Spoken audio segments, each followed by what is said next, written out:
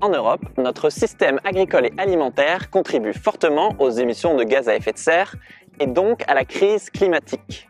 Comment? Notamment à cause de 3 facteurs à forte empreinte carbone. Un système d'élevage intensif polluant, l'utilisation massive d'engrais azotés de synthèse et de pesticides, et l'usage du transport routier plutôt que ferroviaire ou maritime.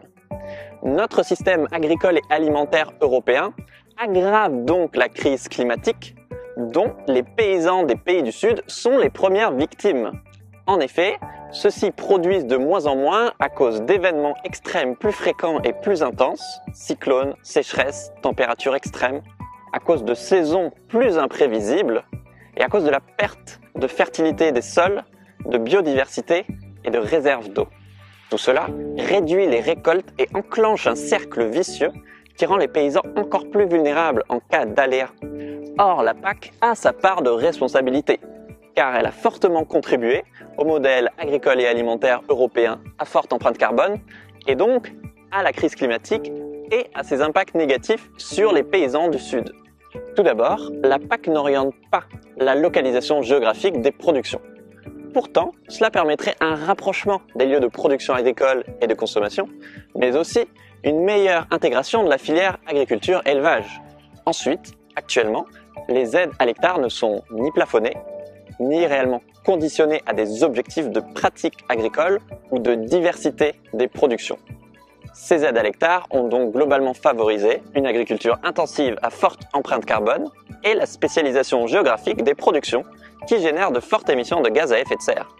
Enfin, d'après le dernier rapport du GIEC, l'agriculture industrielle, encouragée par la PAC, est une menace pour la sécurité alimentaire mondiale. Alors que faire? Comment changer notre assiette? D'après des experts, tels que ceux de l'IDRI ou l'ASCA, d'ici 2050, l'Union européenne peut réduire de 40% les émissions de gaz à effet de serre de son agriculture. Pour cela, la PAC et les politiques publiques doivent 1. Encourager une agriculture agroécologique à faible émission nette de gaz à effet de serre, notamment par la couverture des sols l'hiver. 2. Réduire la consommation de produits d'origine animale. 3. Favoriser les produits locaux et de saison. 4.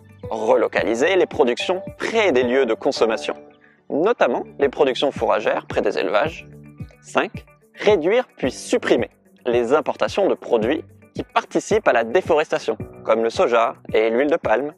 Et enfin 6. Favoriser le transport ferroviaire par rapport au transport routier. Pour atteindre ces objectifs, la priorité numéro 1 est de remplacer le mécanisme d'aide à l'hectare par des financements conditionnés à ces objectifs. Comment?